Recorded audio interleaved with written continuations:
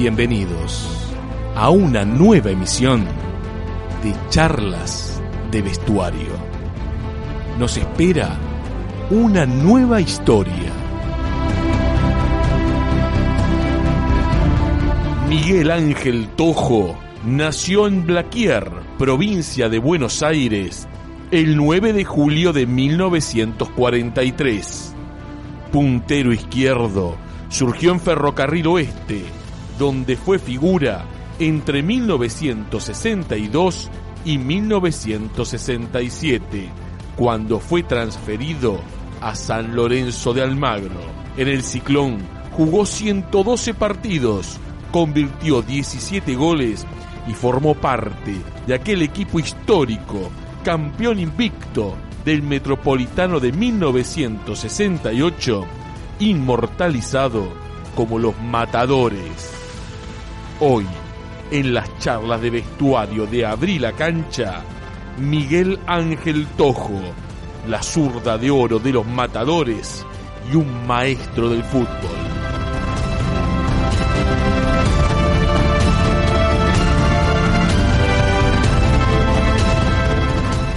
Miguel, lo saluda Carlos Zaira, junto a Nehuen Ríos. ¿Cómo le va?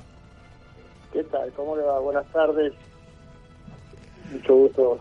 No lo conozco, pero bueno, te agradezco las palabras.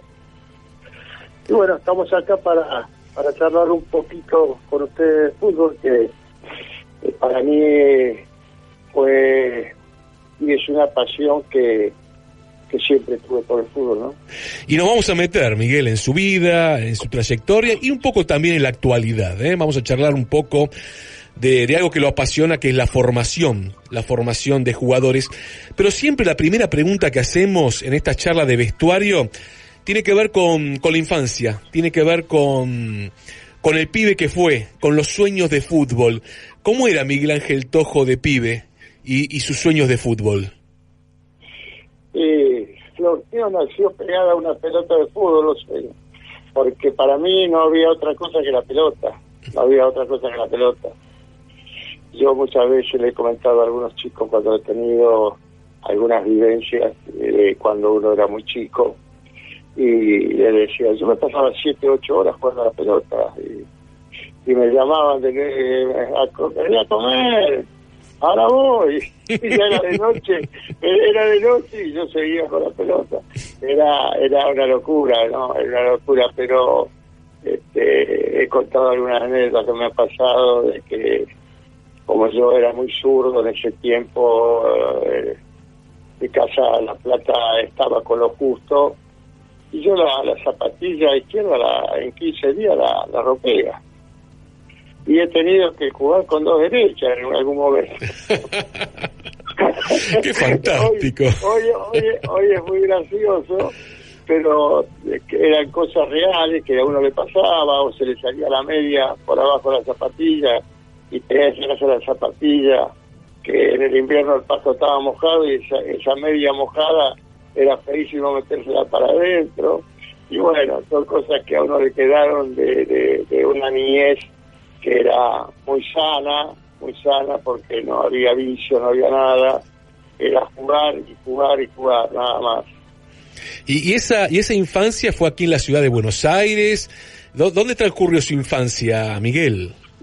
Sí, yo nací en el campo, yo nací en un pueblito muy chiquito, Blaquier, que es partido General Pinto, pero mis padres se vinieron para Buenos Aires cuando mi hermano tenía 2 años y yo tendría 1, entonces ya prácticamente hicimos toda la vida acá en Buenos Aires, y la gran parte de todo esto que le estoy comentando fue en San Martín, provincia de Buenos Aires. Que todavía tenía algo de campo en aquella época, imagino, no tan industrializada como fue con el paso de los años. ¿Y cómo llegó Ferro a su vida, Miguel? Bueno, Ferro llega porque mi papá, que lo trae del campo, lo trae un primo de él que vivía acá en Caballito, y ya lo trae con un trabajo, y mire qué casualidad, lo hace trabajar. El primer trabajo de mi papá en Buenos Aires es canchero de Ferro. Bueno, ahí tenemos la cuestión entonces. El canchero de Ferro, pero bueno, tuvo un tiempo y después fue a trabajar a San Martín, que a San Martín a trabajar en el liceo militar. Él era enfermero y bueno, ahí se hizo toda la historia del fútbol, porque yo ahí ya de chiquito ya empezaba a pegar a la pelota, y si no era la pelota era un papel o era cualquier cosa. La cuestión era patear. Y bueno, en San Martín en ese tiempo había muchos campeonatos de mayores, muy lindos campeonatos, y nosotros íbamos con mi hermano siempre a verlos, y yo siempre tenía la costumbre de ponerme atrás del arco, porque los equipos, cuando iban a empezar los partidos, calentaban pateando al arquero. Claro. Y muchas veces la pelota se iba por arriba o le hacían el gol y qué sé yo, no había arreglo, no había nada, y yo estaba atrás y era para alcanzar la pelota para patear. Yo quería patear la pelota. Entonces yo me colocaba ahí, era porque yo quería estar siempre con la pelota. Con la pelota era una locura. Y cuando yo iba al colegio, ¿qué va a ser cuando sea más grande? Jugador de fútbol. No había otra, no me salía otra de ningún lado. Jugador de fútbol y jugador de fútbol.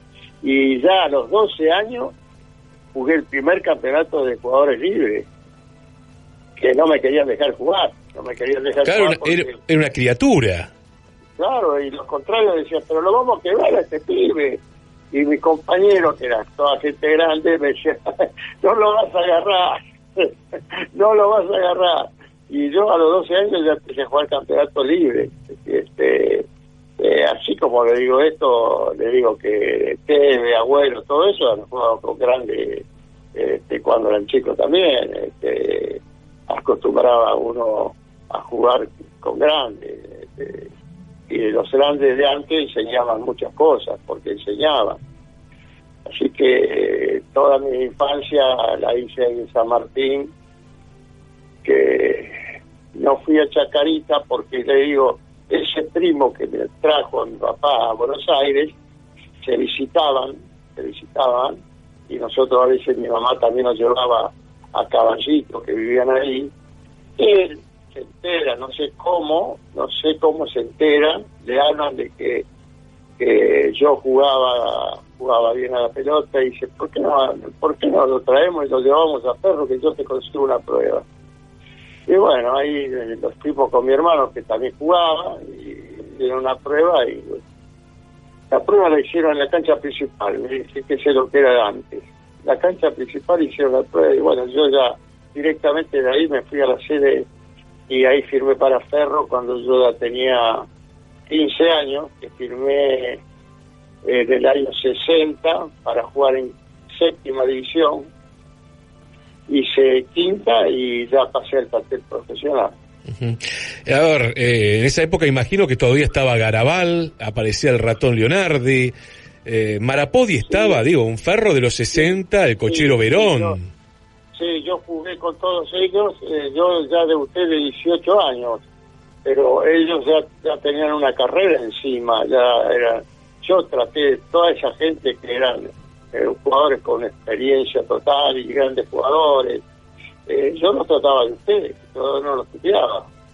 Mocoso venir para acá y mocoso venir para acá, así me tenía, ¿no? Y yo los respetaba un montón, porque era gente que sabía jugar y sabía darle una indicación a uno, porque uno tenía muchos defectos que yo traía del potrero, que quería agarrar la pelota y podía meterme en 3, me metía 4, y me decían, hay una pelota sola, largala, y tocar, y claro, ellos me enseñaban. Claro. Había un rol docente, ¿no?, que estaba marcado. Digo esto porque hablando con muchos jugadores de su época, Miguel, nos remarcan el trabajo de Ernesto Duccini, de Victorio Spineto, y de tantos otros grandes formadores de aquella época. ¿Se ha perdido esta idea de la formación del grande hacia el chico? Ha cambiado mucho el fútbol, ha cambiado notablemente el fútbol, pero se ha perdido tal vez esa esa idea del trabajo del grande hacia el chico, del docente. No, la formación está en los clubes, la formación está. Lo que hay, no es que hay, bueno, es muy largo y es muy ¿cómo le puedo explicar? Estamos para escucharlo, Miguel, nos interesa el tema. No, el tema de las equivocaciones que cometemos todos, no me aparto yo de nada. Las equivocaciones que cometemos es que hacemos jugar a chicos de 10 años, 9 años, 11 años, 12 años, en canchas de 100 por 70. Y el fútbol hoy el fútbol, los mayores, selecciones, yo he estado con selección mucho tiempo, se juega en espacio reducido, y entonces en el espacio reducido le gana mucho a la técnica, porque usted reiteradas veces va a tocar la pelota. Ahora, usted lleva un chico de 10 años, 11 años, una cancha de 11 por 70, y la va a tocar 6 veces, 7 veces la pelota. Y usted pierde la posibilidad de que esa edad es para empezar a aprender las técnicas del fútbol, porque llegamos a primera y un montón de jugadores que juegan a primera manejan una sola pierna, no cabecean bien, no manejan la otra, el otro parital, un montón de defectos que se tendría que corregir en divisiones juveniles, y que a veces esos campeonatos se hacen muy competitivos, muchos de nosotros nos equivocamos y queremos ganar para decir que un dirigente llegue y dice, ¿cómo salieron las divisiones juveniles? No le interesa si jugaron bien, le interesa si ganaron. Y el tema de divisiones juveniles es formativo, es para formar jugadores para llegar a la primera división, con la mayor riqueza técnica, para que el técnico de primera se aboque a armar el equipo que va a jugar, y no a enseñarle a cabecear. A mí me ha tocado, he trabajado mucho tiempo con TEL, hemos trabajado en equipos como de Nacional B, y hemos encontrado equipos que no sabían cabecear, no sabían patear con las piernas, un montón de detalles que usted tiene que corregir trabajando en primera división, que a veces no dan los tiempos, porque los clubes no dan los tiempos, porque están atrás de un éxito y de un partido ganado y de un partido perdido, que cuesta la salida, hoy es una carnicería lo que es. Entonces se pierde la formación de esos chicos que se deben jugar en espacios reducidos, muchísimo tiempo con espacios reducidos, hasta que después, bueno, ya de 14 años los chicos ya van a 9ª división, y ahí empiezan los juveniles. Cuando son más chiquitos son infantiles. Los infantiles no hacen jugar como si fueran equipos grandes, porque yo he visto equipos de infantiles jugando con línea de 3, cuando usted tiene que armar formadores, digamos, el formador tiene que armar laterales, centrales, volantes, delanteros, y juegan con un punta solo cuando hay que armar. O sea, hay una serie de errores que se manejan porque a veces se busca la competición y no la formación. Hace un tiempo un técnico de infantiles en Huracán me decía que lo mejor sería que infantiles juegue sin tabla de posiciones, por un tema que los dirigentes, justamente esto que decía, a veces se quedan más con la tabla que con la formación. Los chicos también están más pendientes de la tabla que de pulir defectos. ¿A usted cómo ve esto, de que los chicos jueguen sin tabla de posiciones y que tenga una cuestión más lúdica con el juego? La tabla de posiciones, el chico cuando va a jugar lo que quiere es ganar. Sí. ¿No es cierto? Porque el chico ya se hace competitivo de chiquito, porque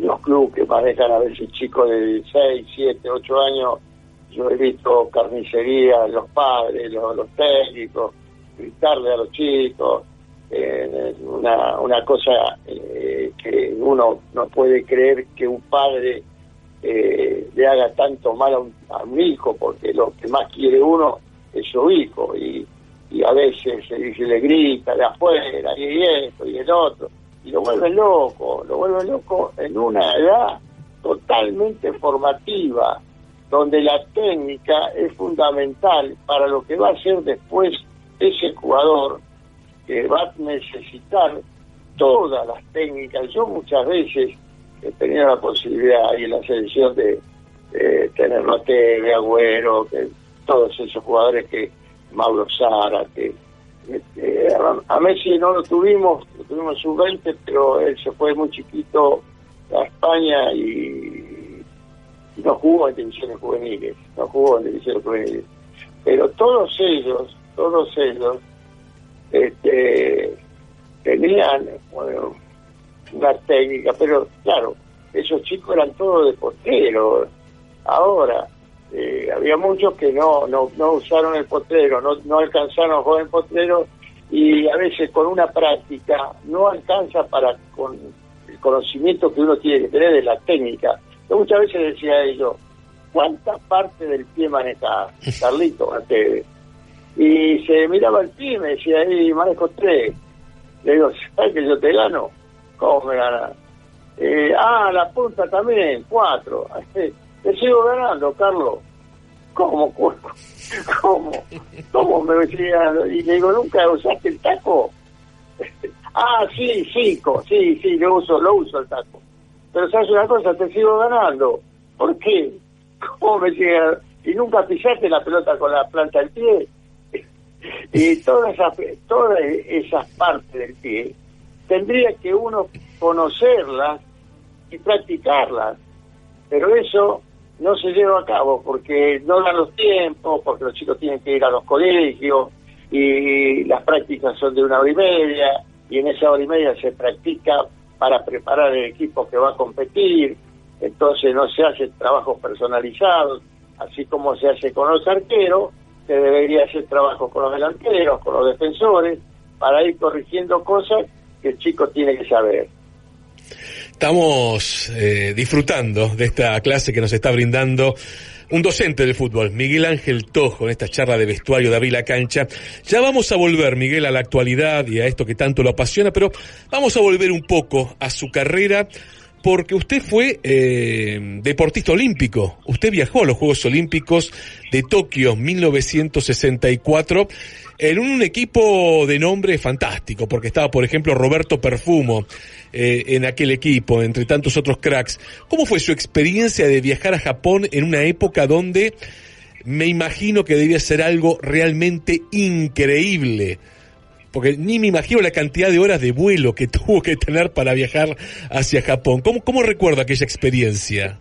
Sí, una cosa impensada. Usted sabe que yo ya jugaba en primera y había hecho unos buenos partidos, entonces me adoptaron, porque me adoptó esa selección, porque esa selección jugó el preolímpico, que era clasificatorio, se jugó en Perú, donde hubo una batalla campal, que hubo como 400 muertos en Perú, un partido que jugó Argentina con Perú, en un gol que hizo un peruano que se llamaba Lobatón, y bueno, ahí no sé porque no estaba yo ahí, pero hubo un desastre.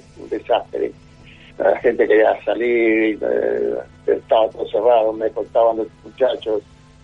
Bueno, la cuestión es que Argentina clasificó con 18 jugadores y después se autorizaron a llevar un jugador más, y entonces me llevaron a mí. O sea, yo me fui agregado a esa delegación.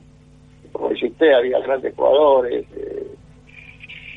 y yo quería quedarme a jugar acá porque justo me tocaba River, Boca y todo eso, y yo quería quedarme a jugar con los clásicos, y los muchachos, Verón, todos ellos, dicen, pero vos estás loco, vas a jugar 20 veces contra esto, después vas a ir una vez en la vida, pero vos tenés que ir a la selección, todo está loco. Bueno, me aconsejaron los mayores.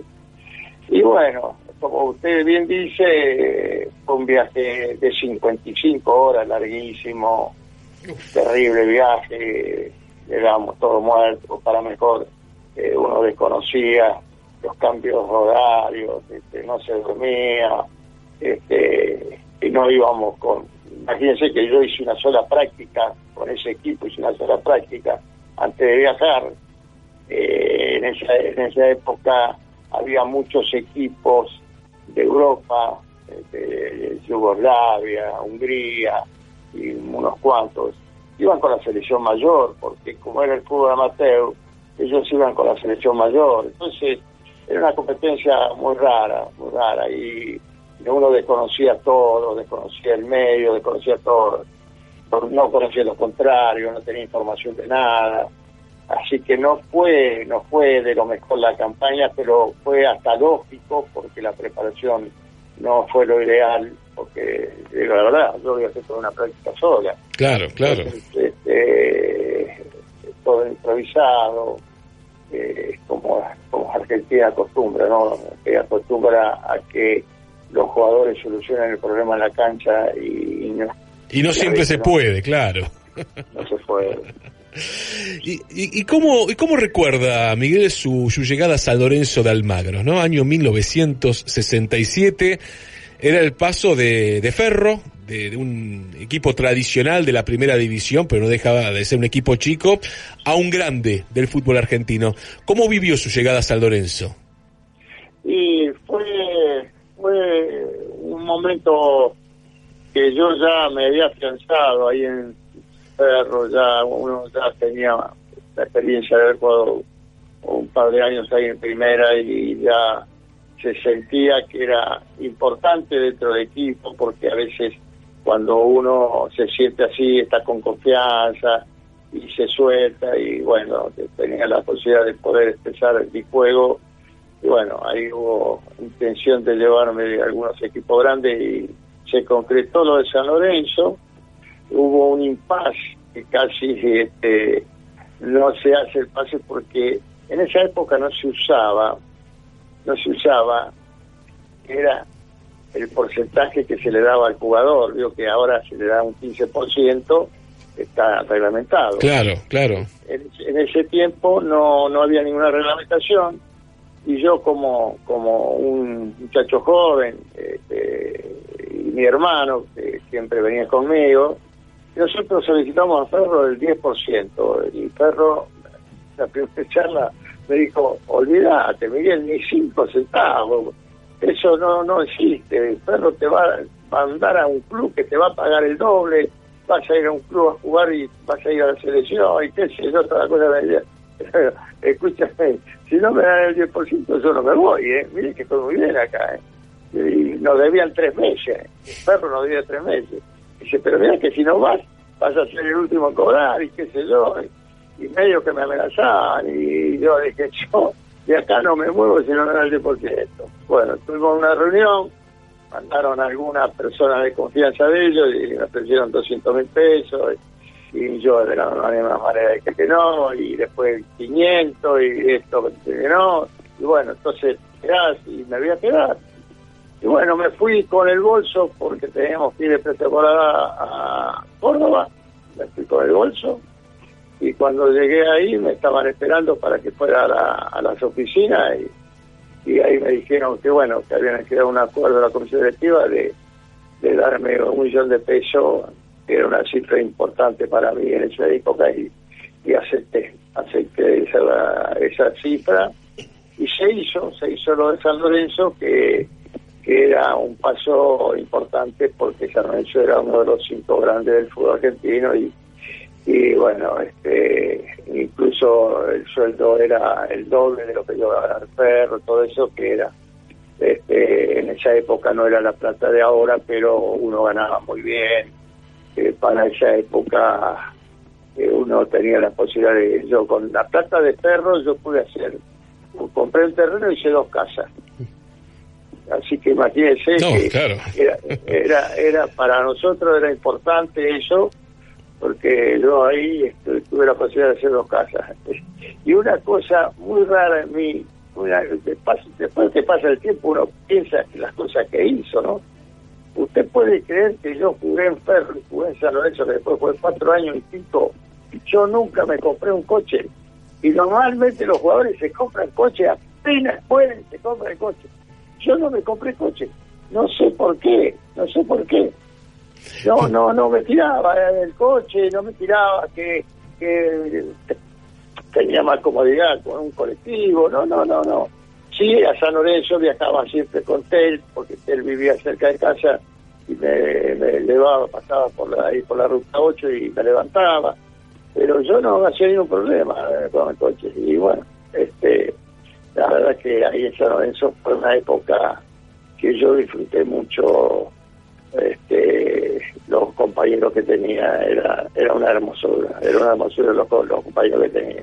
Y aparte le tocó ese equipo maravilloso, ¿no? Los Matadores, campeones del 68. ¿Cómo era Tim? ¿Cómo era el brasileño Tim? Y Tim era un brasilero muy buena gente, muy conocedor de fútbol, pero daba total libertad a que el jugador se exprese y que tome decisiones.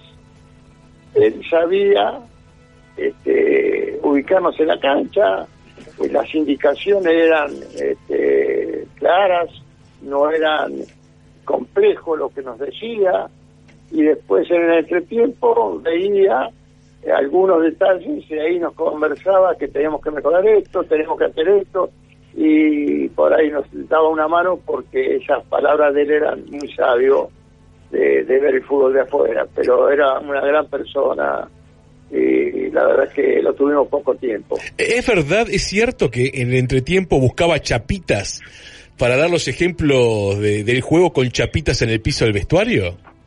Y a veces se usaba chapita, a veces se usaba, qué sé yo, antes, me acuerdo que un día puse un tarro de dulce que era un 9 que era, no me acuerdo qué jugador era, que era muy peligroso ese 9 y puso un tarro de dulce y luego dice, déjemelo a mí que yo me lo como.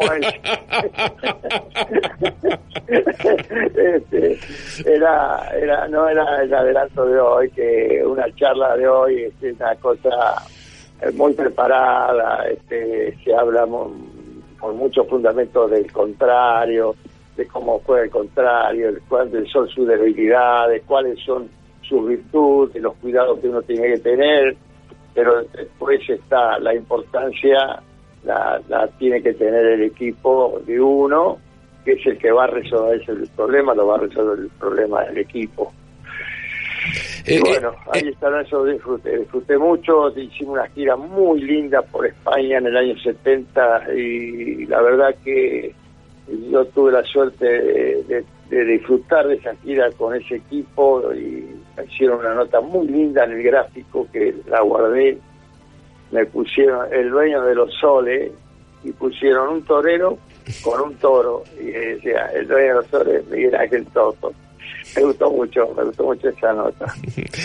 Estamos hablando, lo dicho, con Miguel Ángel Tojo. ¿Y el fútbol de aquella época era tan lírico como hoy lo estamos viendo, o era un fútbol muy profesional y que tal vez no tiene tanta exigencia como en la actualidad? ¿Cómo fue ese fútbol que usted vivió y que usted jugó? No, tenía exigencia y la gente exigía ganar. Escúcheme, el tema de ganar existió siempre y la gente lo alentaba a uno. Y yo he sufrido en un momento determinado en San Lorenzo una época que las cosas no me salían bien y era reprobado por la gente porque no aceptaba que yo jugara de esa manera y que tenía esa falta y sufrí e incluso le digo más, tuve 3 meses que estaba don Pedro del Hacha, que me conocía de Ferro, y me sacó y tenía razón porque yo no estaba jugando bien y me propuse volver y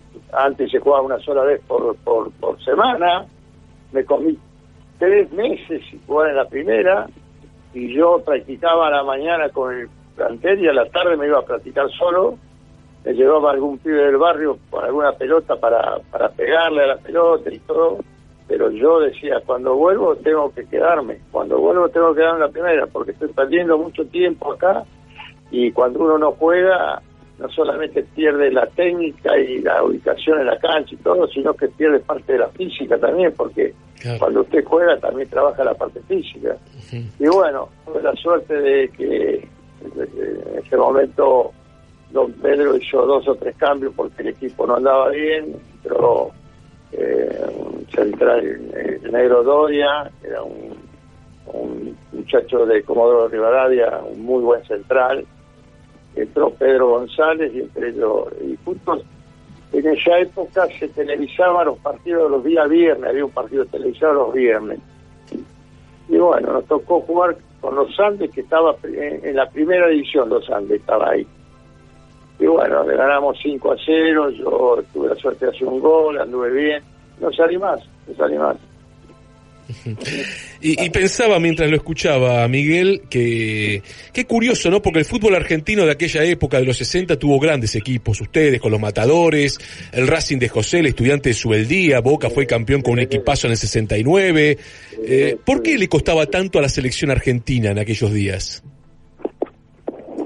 Bueno, es un poco lo que nos ha pasado a nosotros, por lo menos de que yo tengo conocimiento del fútbol, no ha pasado casi siempre. Nosotros basamos mucho en la capacidad del jugador y no se le da tanta importancia al trabajo que debe tener un equipo. Cuando uno habla de un equipo, habla de un engranaje que cada pieza tiene que saber cómo se mueve la otra y quién puede ir por afuera y quién puede ir por adentro, y todos los relevos y todas las modificaciones y dobladas por los costados y las triangulaciones, que todo hoy se trabaja. La selección argentina ha sido muy criticada por el periodismo, por la gente, porque Messi, uno lo veía jugando en Europa con los mejores equipos, con los mejores jugadores, porque ahí se mezcla con los mejores jugadores, y cuando venía a la selección no podía rendir de la misma manera, pero era porque el equipo no funcionaba, no era que Messi no funcionaba. En definitiva, fallamos nosotros en una cosa que a mí me la hizo muy clarita, un video que me mandaron de un japonés que daba conferencias, ese japonés, y hablaba de que en Latinoamérica había una gran equivocación sobre Japón, porque se hablaba de que era un país que era muy inteligente, y él decía que no era inteligente Japón. Japón era ordenado y disciplinado. Entonces él decía que para él el orden y la disciplina le ganaban al talento. Que a mí me quedó muy claro, porque yo digo, nosotros tenemos talento pero no tenemos orden ni disciplina. Entonces ahí es donde estamos fallando nosotros. Bueno, hubo momentos que yo he visto jugar muy bien a la selección argentina cuando estuvo Marcelo Bielsa, que ahí había un trabajo, porque yo lo compartí con él, porque llevaba a los chicos de sparring, y yo vi lo que es un trabajo, y era una hermosura esa selección. Lo quería llevar justamente allí, Miguel, porque usted trabajó muchos años con los juveniles de la selección argentina, una década en la cual no solamente se obtuvieron títulos internacionales, sino, por ejemplo, recuerdo que se trabajaba mucho el tema del fair play. Sí, bueno, con José era la cabeza de ese grupo, el que bajaba la línea, era primero de todo el comportamiento y el orden y la disciplina, y nosotros ganamos campeonatos, pero nunca se le dijo a un plantel que teníamos que salir a ganar o teníamos un apuro por ganar, no, nunca, pero se ha ganado muchas cosas, pero siempre haciendo gala de que primero estaba el fair play, porque era la formación de los futuros jugadores que podían ser de la selección argentina. Y bueno, se trabajó bien, había buenas camadas de jugadores, nunca se apuró a nadie, nunca usted escuchaba una charla de los técnicos y era todo, vamos a jugar y vamos con orden, con disciplina, respetemos a los contrarios, respetemos al árbitro, nos dedicamos a jugar. El jugador tiene que estar abocado al juego, ¿no? Y uno ve actualmente a veces el fútbol, la protesta, es desmedido, ya pasa la mala educación, y la falta de respeto, porque es una cosa que ya está metida dentro de nuestro país, que es falta de educación. Yo digo que es falta de educación, pero ¿qué va a ser? Ya está metido dentro del fútbol, porque está metido dentro del país, dentro de nuestro país. Miguel, la última, agradeciéndole muchísimo su tiempo, su recuerdo, su emoción también. De todos esos jugadores que usted trabajó cuando eran juveniles, cuando eran pibes todavía, ¿cuál fue el que más le llamó la atención? Algunos llegaron a ser figuras enormes a nivel mundial, pero ¿cuál le llamó siempre poderosamente la atención para decir, este jugador es sencillamente fantástico? Bueno, yo tuve la suerte de que José me llevara a la selección cuando ya ellos habían salido campeones del mundo en Qatar. Yo empecé a trabajar con la categoría en la búsqueda de jugadores de la categoría 84. Y yo ahí me encontré con un jugador que era la diferencia de todos, hacía la diferencia sobre todo. Era Carlito Tevez. Era un jugador que hacía lo que uno quiere que haga un grande a los 15, 16 años. Entonces usted ya encontraba un jugador distinto. Había buenos jugadores, había otros buenos jugadores, porque siempre había buenos jugadores, pero ese era un distinto. Y después vino la 88 y ahí tuve la suerte de traerlo a Agüero y ya vi un jugador distinto, un jugador que para mí estaba arriba de todos. Incluso le cuento una cosa que me pasó con él. A veces nos pedían algún jugador la selección mayor porque les faltaba un puesto o algo así. Entonces a veces jugaban con los chicos nuestros, que a veces le pegaban y nosotros no podíamos decir nada. Pero a este chico, a Agüero, le digo, vos sabés una cosa, nosotros hemos llevado a muchos chicos a la selección, a jugar con la selección mayor. Ninguno le pudo hacer gol a la selección mayor. ¿Vos qué decís? No se lo voy a hacer, Miguel.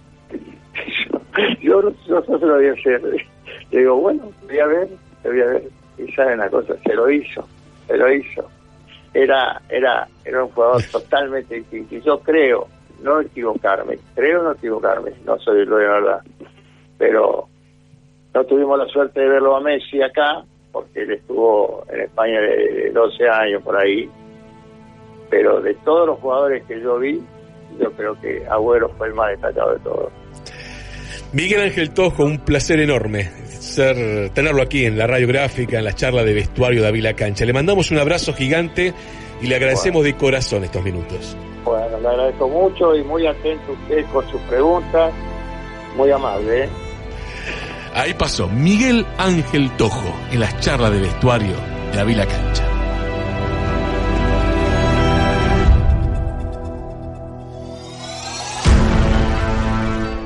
Punto final para esta edición de Charlas de Vestuario. Ojalá hayan disfrutado este programa, que tiene una sola consigna: preguntar para escuchar y aprender. Mi nombre es Carlos Aira. Nehuen Ríos estuvo en la producción y edición. Este programa es una producción integral de todo el equipo de Ávila Cancha. Gracias y será hasta la próxima.